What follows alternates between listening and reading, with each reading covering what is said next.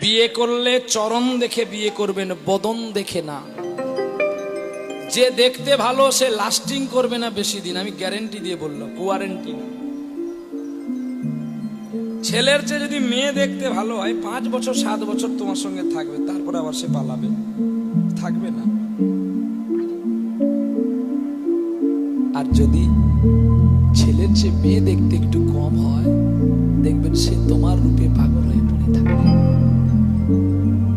শুধু তাই নয়, 4টি জাতির নারী আছে, পদ্মিনী, শঙ্খিনী, হস্তিনী, চিত্রাণী।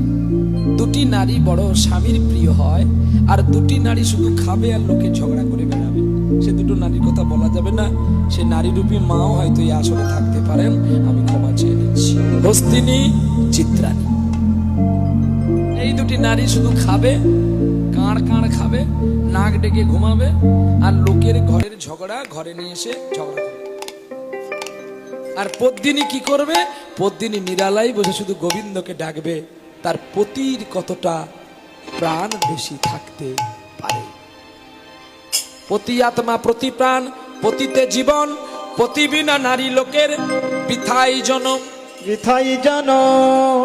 পতিরূপে যদি কাউকে তুমি মেনে নিতে পারো, মেনে নিতে পারো, তার কথা মানলে তুমি বৈকুণ্ঠের সিংহাসনে চড়ো।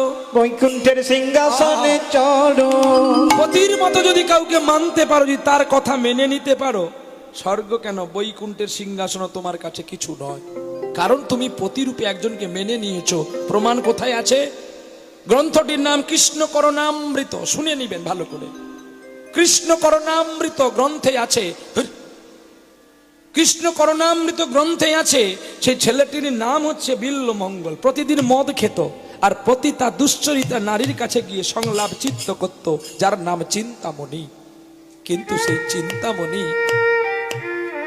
বিল্লের কথা শুনে প্রসাদী হয়ে গিয়েছিল গো। আর 12টা বছর এক চিত্তে ছিল বলে সেই নটি পতিতা বেশ্যাও গোবিন্দকে পেয়েছিল বৃন্দাবনে গিয়ে।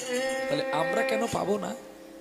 যদি আমরা শাস্ত্রকে মানি, যদি আমরা সাধুগুরু বৈষ্ণবের কথা মানি, আপনাদের এখানে কীর্তন শোনা তখনই সার্থক হবে যদি যদি আপনার বাড়িতে গিয়ে বাবা মাকে দুটো খেতে দেন। বাবা মাকে খেতে দিলেন না, প্রতিদিন হরিবাসরে হরি সংকীর্তন শুনতে গেলেন, এ সংকীর্তন শোনা যা না শোনা একই গল্প। যেমন কোন নারী যদি পতি সেবা না করে, সে প্রতিদিন হরি হরি যতই বলো না, হরি তোমায় সাড়া দেবে না। ভগবতী তয় উদাহরণ ভাইতে বলছি আমি, ভালে গোড়া চাঁদেন, এই ছবি না ছবি না,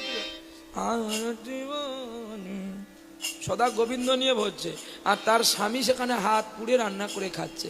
তোর এমন নারীর পূজা দরকার নাই, তার সতী হওয়া দরকার নাই। তুই তো বাঁশ বনের পেত্তি, তোর হাতে কি ভগবান খাবে? হ্যাঁ, আমি একদম যা বলবো ঠুকঠুকিয়ে কথা বলবো, ঠুকিয়ে ঠুকিয়ে বলবো। হ্যাঁ, ভালো লাগলে নিবেন, না লাগলে না নিবেন।